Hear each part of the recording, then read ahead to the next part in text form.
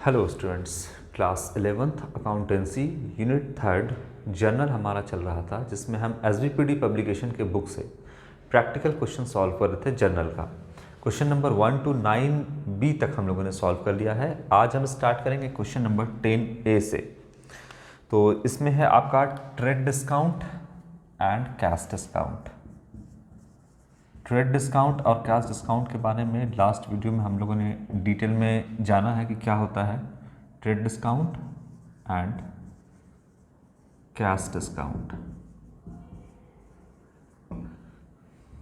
इसके बारे में हम इसका जनरल एंट्री कैसे पास करेंगे जानते हैं।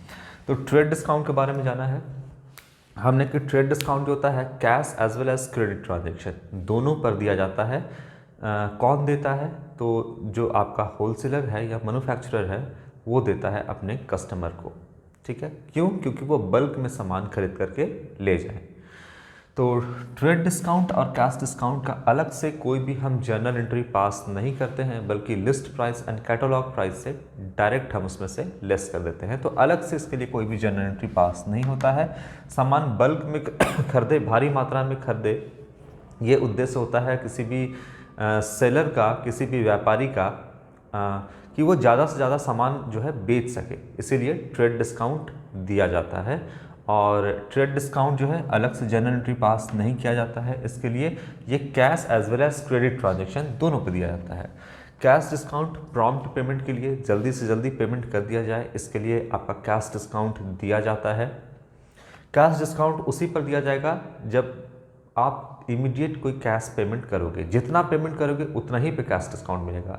जैसे मान लो कि अगर आपको 10,000 रुपये जो है आपको पे करना है, ठीक है, और 10,000 रुपये में से आपने 5,000 रुपया ही अगर इमीडिएट पेमेंट किया तो 5,000 पर कैश डिस्काउंट मिलेगा। 5,000 पे जो रिमेनिंग 5,000 है, 5,000 उस पर आपको कैश डिस्काउंट नहीं मिलेगा। तो जो आप इमीडिएट यानी प्रॉम्प्ट पेमेंट करते हो उस पर कैश डिस्काउंट मिलता है।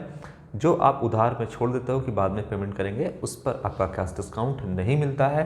और कैश डिस्काउंट जो है वो इसके लिए हम अलग से जर्नल एंट्री पास करते हैं। ठीक है, ये सारी बातें हम लोगों ने देखा भी था। अब जो है यहाँ पर हम लोग स्टार्ट करेंगे क्वेश्चन नंबर 10A। यहाँ से हम लोग अपने टॉपिक को समझेंगे। 10A, चलो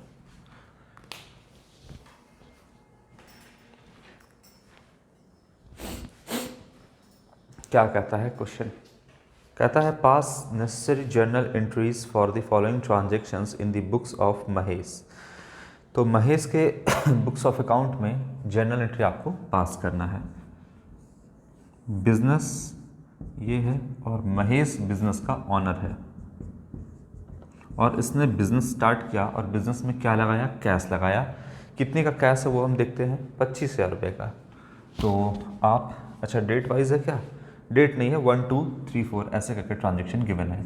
तो सबसे पहला ट्रांजेक्शन आप इस तरह से लिखना, स्टार्टेड बिजनेस विद कैश है या महेश ने स्टार्ट किया है, तो cash to capital account, cash account debit to capital 25,000। ये एंट्री तो हमारा अब रटा हुआ है ना, क्योंकि अब इस एंट्री का जितना भी लॉजिक था मैंने आपको समझा दिया है। चलो, तो ये हो गया आपका debit what comes in and credit the giver. Personal account के रूल से, रियल अकाउंट के रूल से debit what comes in and personal account के रूल से credit the giver. Modern approach से एसेट बढ़ता है तो डेबिट, लायबिलिटी बढ़ता है तो क्रेडिट। चलो आगे आपका सेकंड ट्रांजेक्शन क्या है?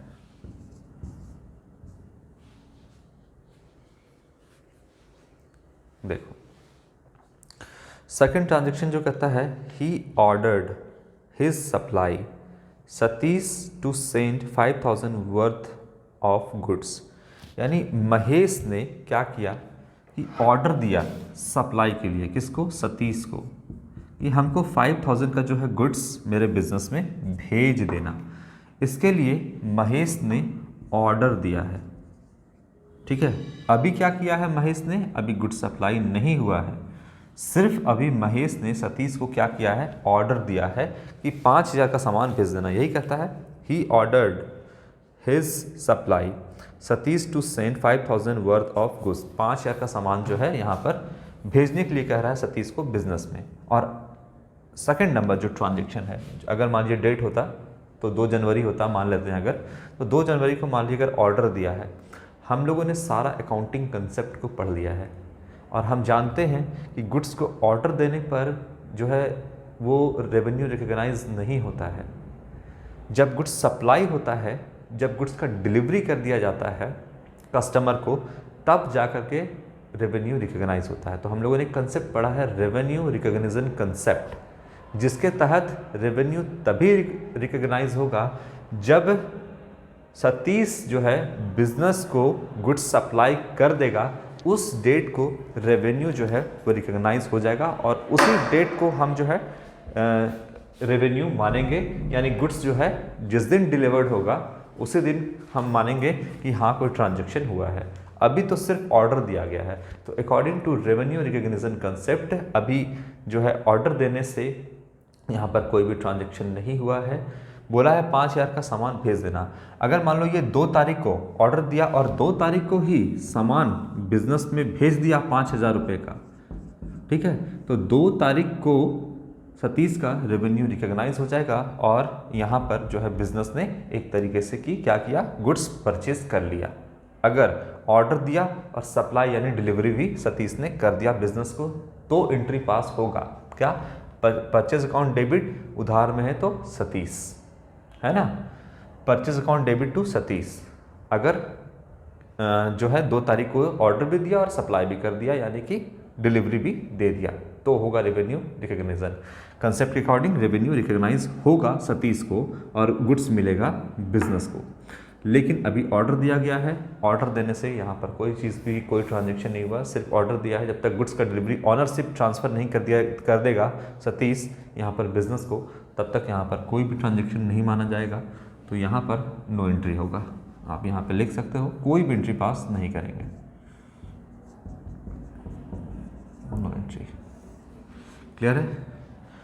तो रेवेन्यू रिकॉग्निशन कंसेप्ट के अकॉर्डिंग यहाँ पर कोई भी ट्रांजैक्शन रिकॉर्ड नहीं होगा क्योंकि गुड्स का डिलीवरी अभी किया नहीं गया है, ठीक है, कोई एंट्री पास नहीं होगा। चलो, ये बात समझ में आ गया। कंसेप्ट भी आपको याद रखना है कि क्यों ऐसा होगा, कौन सा कंसेप्ट कहता है, तो रेवेन्यू रिकॉग्निशन कंसेप्ट। आगे क्या कहता है?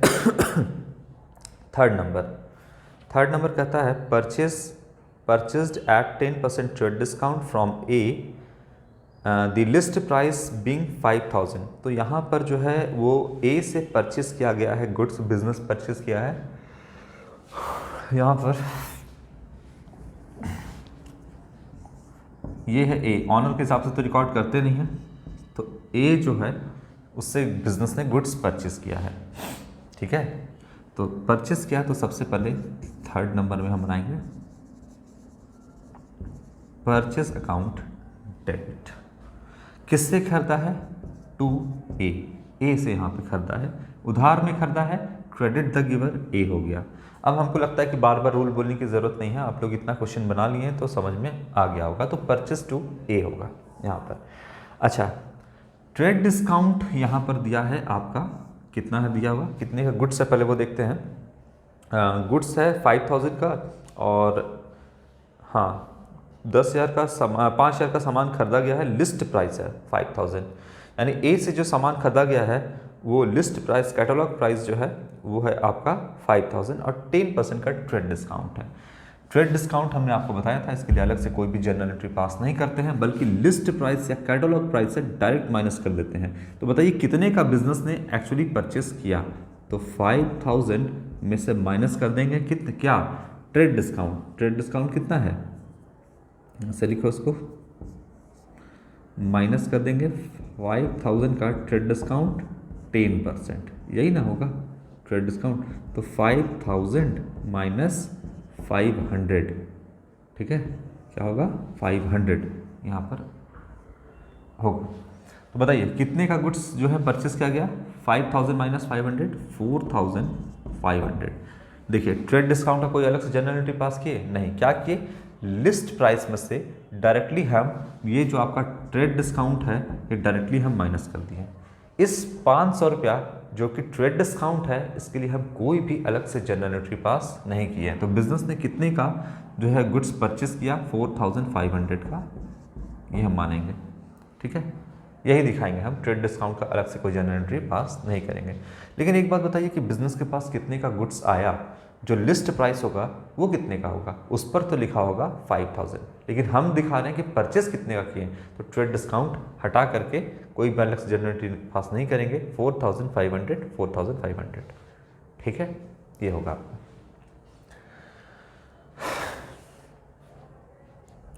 यहाँ पे आप लिख सकते हो being goods purchase at 10% trade discount. ठीक है, ये आपका बनेगा। 4th नंबर क्या कहता है, सारे एंट्री को एकदम आराम आराम से बनाना है, धीरे धीरे, ताकि सब कुछ एकदम क्लियरली आपको समझ में आए। अब चलो क्या कहता है, कहता है 4th number, sold goods at 5% trade discount नहीं। ठीक है।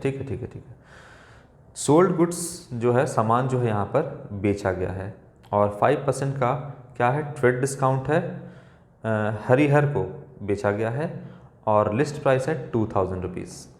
ठीक है, तो यहाँ पर क्या किया गया है, सामान जो है बेचा गया है हरिहर को। ठीक है, और कैसे बेचा गया है, तो यहाँ पर कुछ भी नहीं कहा गया है कि कैश में बेचा गया है, तो इसका मतलब हरिहर का नाम दिया हुआ है, तो ये सामान उधार में बेचा गया है। तो डेबिट द रिसीवर, हरिहर, नाम भी अजीब सा देता है ये लोग। ठीक है, कॉमन नेम नहीं है ये सब। तो हरिहर टू क्या होगा, सेल्स अकाउंट होगा, ये होगा आपका। तो बिजनेस ने क्या किया, अब इसको हटाते हैं, मान लो कि यही है हरिहर, इसको सामान बेचा गया। नियर फ्यूचर में जो है हरिहर पैसा देगा बिजनेस को, तो अभी तो डेबिट द रिसीवर, और बिजनेस से क्या गया, सेल किया गया, गुड्स किया, तो sales, Harihar account debit the receiver to sales, ये बनेगा एंट्री आपका। अब कितने का सामान बेचा गया, 2000 का, यहाँ नीचे में लिखते हैं हम, हरिहर के सामने नहीं लिखेंगे, इसके सामने 2000 सामान बेचा गया, लेस करेंगे ट्रेड डिस्काउंट। कितना % का ट्रेड डिस्काउंट है, कहता है आपका यहाँ पर 5% का। 2000 का 5% कितना होगा, 100 रुपया होगा, डायरेक्टली लेस कर देंगे तो कितने का सामान बेचे, 1900 का। तो हरिहर को नियर फ्यूचर में बिजनेस को कितना पैसा चुकाना है, 1900, बस ये एंट्री पास होगा। 4th के बाद 5th नंबर, देखिए ट्रेड डिस्काउंट जो 100 रुपया है, इसके लिए हम कोई भी अलग से जनरल एंट्री पास नहीं किए, डायरेक्टली क्या किए, लिस्ट प्राइस या कैटलॉग प्राइस से डायरेक्टली हम लेस करके यहाँ पे दिखा दिए। ठीक है, लिस्ट प्राइस कितना है, 2000, उसमें से डायरेक्टली हम माइनस कर दिए 100 रुपया, कितना, तो 2000 का 5%। ठीक है, अब आते हैं 5th नंबर पे। चलो क्या कहता है 5th number, goods purchased from Mrs. Neil Kamal at a list price of ₹12,000 at 10% trade discount and 3% cash discount. Cash was paid up to 80% of the amount.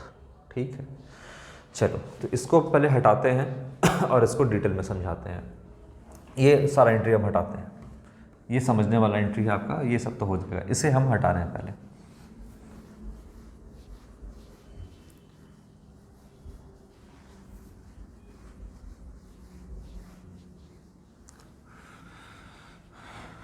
Fifth number, यहाँ पे हम entry पास करेंगे 5th number का, और आप जो है यहाँ पर हम आपको डिटेल में समझाएंगे। देखिए क्या कहता है, सबसे पहले आपका कि गुड्स जो है परचेस किया गया है नील कमल से, लिस्ट प्राइस का 12,000 रुपये का। ठीक है, तो बिजनेस ने क्या किया है, गुड्स परचेस किया है, बिजनेस ने क्या किया है, गुड्स परचेस किया है। तो एक बात तो तय है, अच्छा किससे परचेस किया है, यहाँ पे है नील कमल से, मिसेस नील कमल से, इससे परचेस किया गया है। ठीक है, ओके, तो परचेस किया गया है तो परचेस अकाउंट तो डेबिट होगा, क्योंकि गुड्स तो आया, स्टॉक तो बढ़ा, इसीलिए हम क्या करेंगे, परचेस अकाउंट को डेबिट करेंगे। ठीक है, कितने से करेंगे वो देखेंगे। सबसे पहले परचेस तो हुआ है तो परचेस अकाउंट डेबिट करेंगे। बोलता है यहाँ पर साफ साफ क्वेश्चन में कह रहा है कि नील कमल से खरीदा गया है 12,000 रुपये का, 10% का ट्रेड डिस्काउंट है, कैश डिस्काउंट 3% का है और 80% अमाउंट पे किया गया है। इसका मतलब है कि कुछ अमाउंट कैश में पे किया गया है, कुछ का मतलब 80% अमाउंट कैश में पेड किया गया है। इसका मतलब बिजनेस से कैश तो गया ही है, तो क्या लिखेंगे हम, कैश अकाउंट क्रेडिट। 80% तो गया है ना, ठीक है, कितना गया है वो अब देखते हैं। कैश तो गया है बिजनेस से, ये तो तय है, इसीलिए हम कैश अकाउंट को क्या कर दिए, क्रेडिट कर दिए। Credit what goes out. ठीक है, तो कैश अकाउंट तो क्रेडिट कर दिए और इसका मतलब 80% पेमेंट किया गया, तो 20% अभी भी उधार में है। तो यहाँ पर आप लिख सकते हो उधार में है, इसके लिए नीलकमल का नाम तो लिखना पड़ेगा। देखो, अगर पूरा हम उधार में खरीदते नीलकमल से, टोटल जो है गुड्स परचेस करते हैं मिसेस नीलकमल से, तो क्या लिखते हैं, मिसेस नीलकमल। ठीक है, और अगर टोटल उधार में खरीदते हैं तो परचेस टू मिसेस नीलकमल, ये हम पूरा का पूरा ऐसा लिखते हैं। लेकिन 80% तो कैश पेमेंट किए हैं, तो 80% के लिए हम कैश को भी क्रेडिट करेंगे, कैश भी बिजनेस से गया है, और 20% के लिए हमको जो कि उधार में है नीलकमल का नाम लिखना पड़ेगा। ठीक है बात। तो यहाँ पर जो है आपका बिजनेस ने परचेज किया है, किससे परचेज किया है, नीलकमल से। पैसा चुकाना होगा, जो कैश में आपने पैसा दिया होगा, जो कैश आपने नीलकमल को चुकाना है, तो जो 80% कैश दिया है ना, वही 80% का आपको क्या मिलेगा, कैश डिस्काउंट मिलेगा। क्या मिलेगा आपका, 80% का कैश डिस्काउंट आपको मिलेगा। ठीक है, तो यहाँ पर डिस्काउंट रिसीव्ड होगा। फिर से समझा रहे हैं, डिस्काउंट रिसीव्ड। देखो तोड़ तोड़ के सारा चीज़ को समझाते हैं, पहले कैलकुलेशन बाद में करेंगे। बिजनेस ने परचेस तो किया, ये बात तो तय है, तो परचेस अकाउंट डेबिट होगा। कुछ पैसा नीलकमल को चुका दिया गया है, कुछ का मतलब 80% चुका दिया गया है, तो बिजनेस से कैश तो गया ना, इसलिए कैश अकाउंट को क्रेडिट कर देंगे, क्रेडिट व्हाट गोज आउट। ठीक है, इसके बाद इसी 80% जो चुकाया गया है, जो इमीडिएट जो प्रॉम्प्ट पेमेंट हुआ है, इसी पर क्या किया गया है, कैश डिस्काउंट भी दिया गया है। तो बिजनेस जो है 80% दिया और उसमें से कैश डिस्काउंट मिला, किसको मिला, बिजनेस को। तो बिजनेस को फ़ायदा हुआ कि कुछ कम पैसा देना पड़ा। 80% जो पेमेंट किया और उस पर कैश डिस्काउंट मिला, यानी कि कुछ कम पैसा बिजनेस को नीलकमल को देना पड़ा। नीलकमल कौन है, फिलहाल अभी लिखते हैं यहाँ पे क्रेडिटर है, लेकिन 80% के लिए नहीं, 20% के लिए क्रेडिटर है। 80% हमने कैश जो है दे दिया है, तो क्या credit ward goes out, business से चला गया आपका 80% अमाउंट, और 80% पे जो आपको डिस्काउंट मिला वो बिजनेस को फायदा हुआ, तो credit all income and gain nominal account rule से डिस्काउंट रिसीव हमने क्रेडिट कर दिया, credit all income and gain, ये तो दोनों हो गया क्रेडिट। इसके बाद कुछ अभी भी तो उधार पे है ना, कुछ अभी भी तो उधार पे है, कुछ का मतलब 20% अभी भी तो उधार पे है, इसलिए हमको मिसेस नीलकमल का यहाँ पर नाम भी लिखना पड़ेगा। किसके लिए, तो 20% के लिए। तो ये हो गया 80% का हिसाब और ये हो गया 20% का हिसाब। ठीक है बात। अब चलिए बनाते हैं, कैलकुलेशन करते हैं तो समझ में आएगा और अच्छे से। कितने का जो है सामान वो बिजनेस ने परचेज किया, 12,000 रुपये का।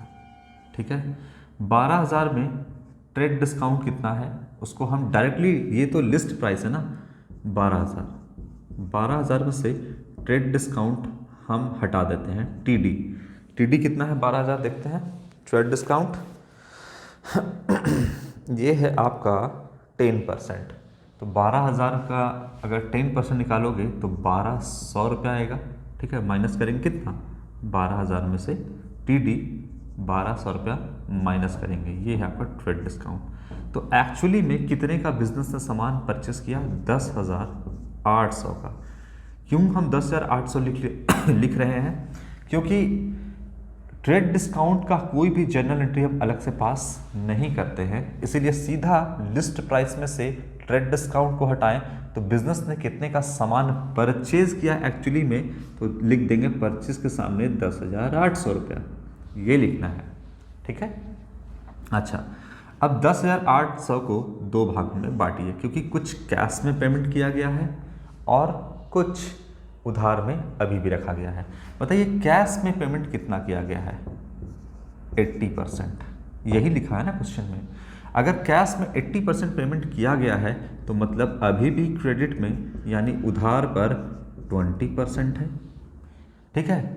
इसी 20% के कारण हमको यहाँ पर मिसेस नीलकमल का नाम लिखना पड़ा, क्योंकि उधार में है अभी भी, तो उनका नाम तो लिखना पड़ेगा। अच्छा, 80% अगर यहाँ पर निकालोगे, 10,800 का 80% निकालोगे तो कितना आ जाएगा? लिखते हैं 10,800 का 80% कितना होगा? 8640, है ना। आप ऐसे करते हैं यहाँ पर 10,800 इंटू 80%, 80% मतलब 80/100, तो ये आ जाएगा 8640। हाँ, ये आएगा। इतना पैसा कैश में दिया गया है 80%। तो 10,800 का 80% 8640 यहाँ पर आता है, तो रिमेनिंग 20% है 2160, 2160, ये अभी भी उधार पे है। ठीक से लिख लेना इसको, 2,160 रुपये अभी भी उधार पे है। मतलब नीलकमल से अभी भी कितना पैसा नीलकमल को चुकाना है? 2,160 रुपया चुकाना है। तो नीलकमल के सामने कितना लिख देंगे? 2160, ये उधार पे पैसा है 20%, इसीलिए तो नीलकमल का नाम लिखना पड़ा, तो इसलिए हम 2160 यहाँ पर लिख दिए। ठीक है, बात समझ में आया? अब तो हिसाब करेंगे कैश का, यानी 80% का। अब ये पैसा प्रॉम्प्ट पेमेंट किया गया है, 80% कैश दिया गया है, इस पर मिलेगा कैश डिस्काउंट। ठीक है, इस पर मिलेगा कैश डिस्काउंट। तो 8640 का कितना परसेंट है कैश डिस्काउंट? आप देख लो यहाँ पर क्वेश्चन में 3% है आपका यहाँ पर कैश डिस्काउंट। तो 8640 का अगर आप 3% निकालोगे, कैलकुलेट कर दो इसको कितना होगा, तो ये आएगा आपका 259.20, ये आएगा आपका, है ना, ये आएगा। इतने का आपका कैश डिस्काउंट है, ये आपका कैश डिस्काउंट है। तो 8640 में 259.20 अगर आप लेस करोगे तो आएगा आपका 8380.80, यानी 8,380 रुपीज़ 80 पैसा, इतना आएगा आपका। ठीक है, चलो ये तो आप समझ गए। अब बताइए कि बिजनेस को, नीलकमल को कितना पैसा एक्चुअली में पेड करना पड़ा। तो ये पैसा पेड करना है, कैश कितना लिख देंगे? 8,380.80, इतना पैसा जो है यहाँ पर बिजनेस को एक्चुअली में कैश जो है पे करना है। तो कितना पैसा पे नहीं करना है, ये है कैश डिस्काउंट। इतना पैसा बिजनेस को पे नहीं करना पड़ा। बिजनेस से कितना पैसा गया? क्रेडिट वाट गोज आउट, तो वो पैसा गया आपका 8380.80, है ना, यानी 8380.80, ये पैसा जो है बिजनेस से कैश के तौर पे चला गया। लेकिन कितना फ़ायदा हुआ बिजनेस को? फ़ायदा हुआ 259.20, इतने का बिजनेस को फ़ायदा हुआ, नहीं देना पड़ा। बताइए अगर कैश डिस्काउंट नहीं मिलता तो बिजनेस को 8,640 रुपीज़ देना पड़ता, तो कैश कितना जाता? 8,640 रुपीज़, लेकिन 259.20 तो देना ही नहीं पड़ा, तो बिजनेस को इतने का फ़ायदा हुआ और इतना देना पड़ा। तो 8,640 रुपीज़ देना था, लेकिन कैश डिस्काउंट मिल गया तो बिजनेस को इतना पे करना पड़ा।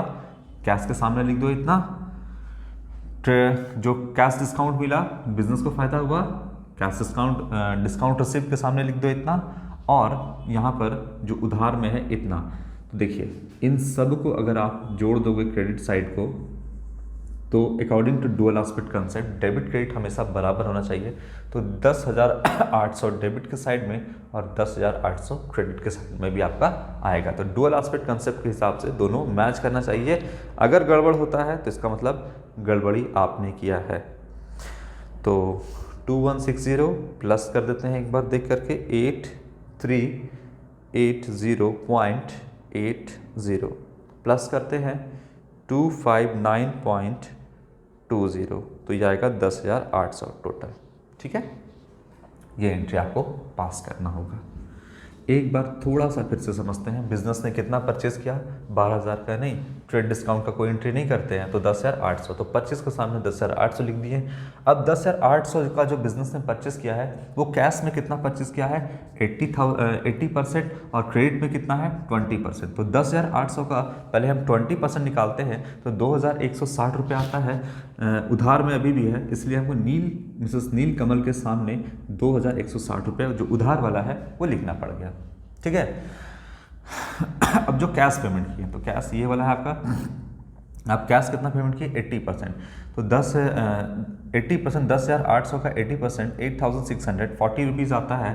तो यहाँ पर अब देखना है कि 80% ये पेमेंट कर रहा है कौन, बिजनेस नीलकमल को। तो इस पे बिजनेस को छूट मिला नीलकमल की तरफ से कितना, तो कैश डिस्काउंट मिला यहाँ पर 3%। तो इस अमाउंट का जो प्रॉम्प्ट पेमेंट हुआ यही ना तुरंत पेमेंट किया गया, तो 8,640 रुपीज़ का 3% आता है 259.20।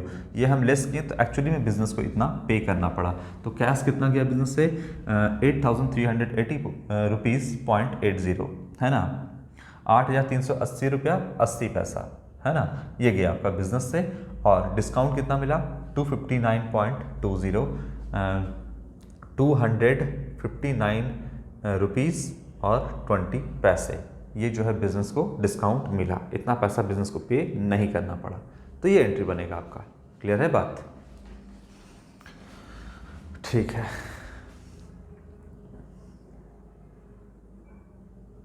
चलो एक एंट्री हम यहाँ पर और देख लेते हैं, किसका, तो ये है आपका 6 नंबर, 5 हो गया 6 नंबर, इसको हटाएंगे फिर समझाएंगे। चलो इसको देख लेना एक बार, अब इसको हटा रहे हैं।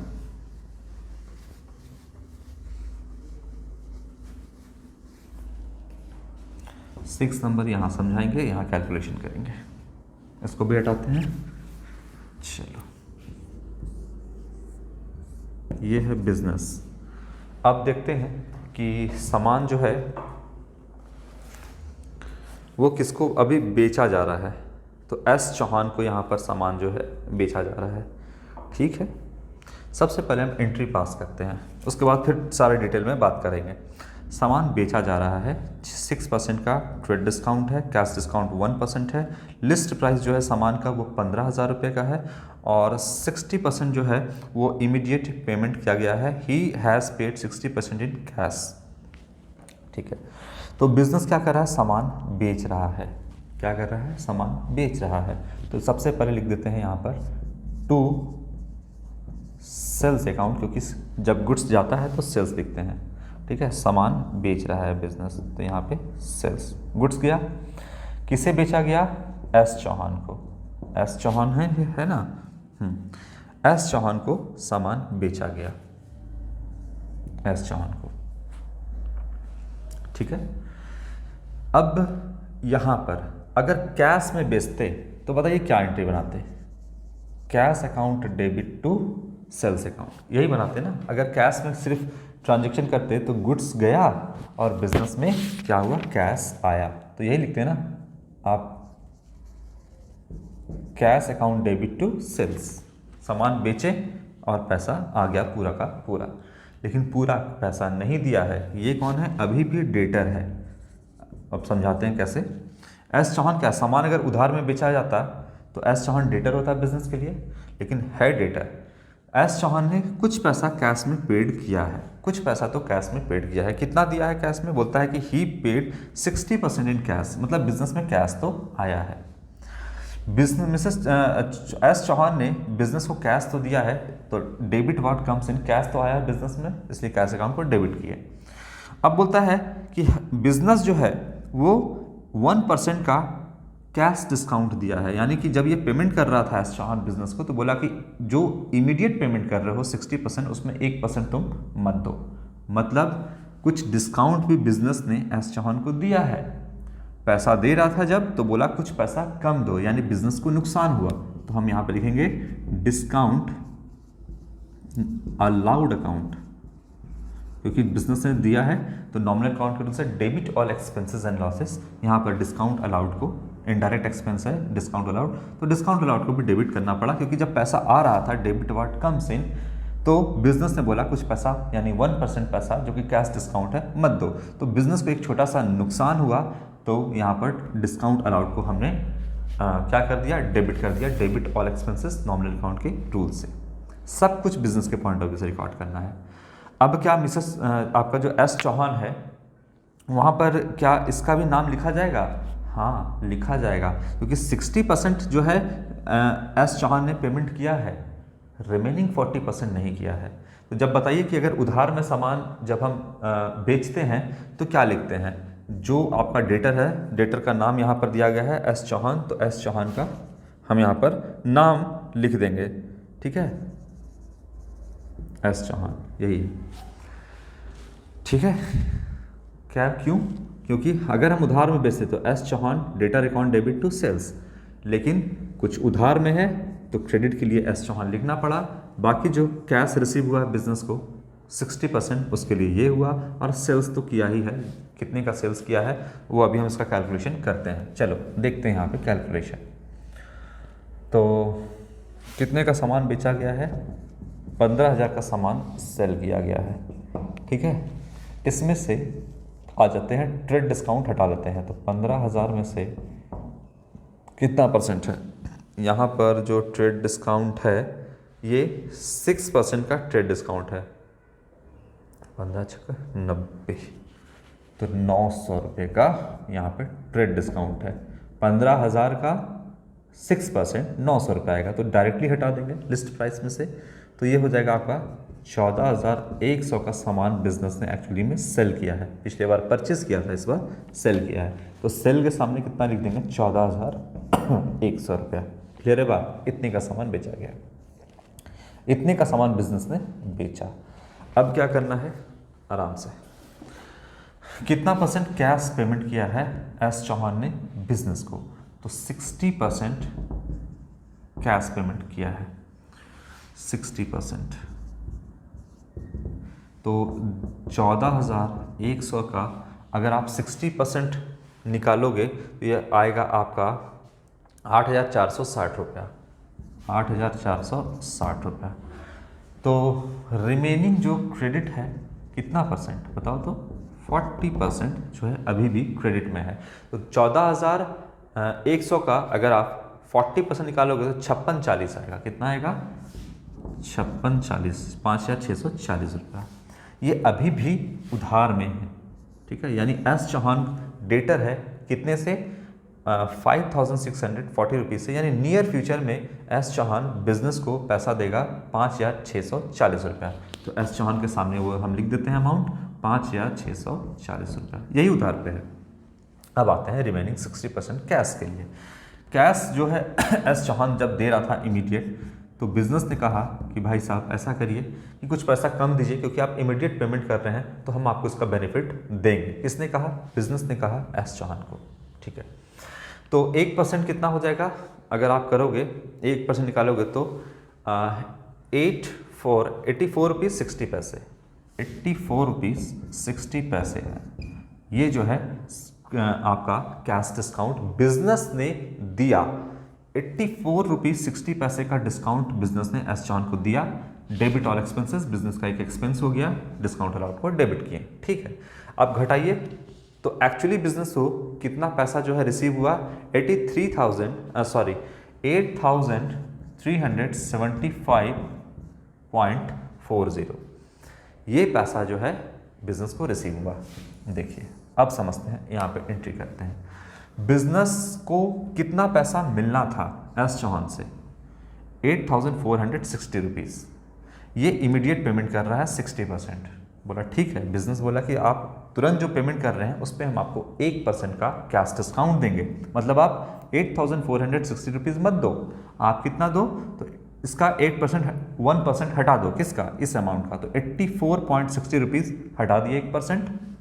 ठीक है, कितना का, 8460 का, सॉरी 1%, ये है आपका यहाँ पर 84.6। इतना मत दो, तो दिया कितना एस चौहान ने, तो एस चौहान ने जो दिया 8,375.40 इतना दिया।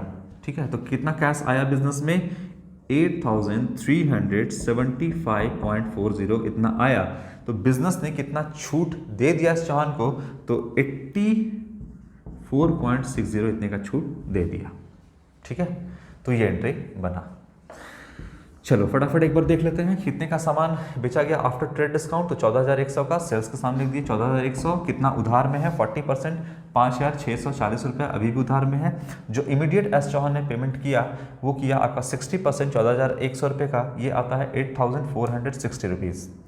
लेकिन बिजनेस ने कहा कि आप जो इमीडिएट पेमेंट करोगे, जो कैश पेमेंट करोगे, जो प्रॉम्प्ट पेमेंट करोगे, उस पर आपको हम कैश डिस्काउंट भी देंगे 1% का।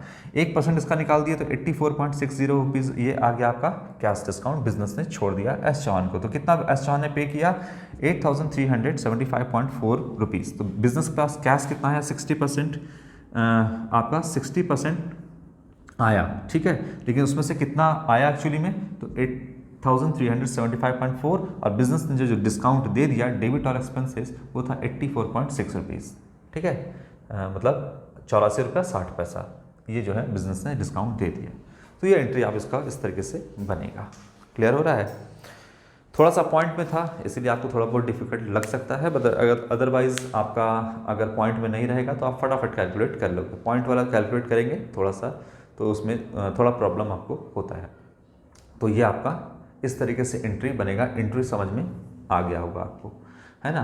फिर आगे भी क्वेश्चन इसका बनाते रहेंगे और देखेंगे कि किस किस तरीके से और कॉम्प्लिकेशन आता है क्वेश्चन में, और उसको हम सॉल्व करेंगे।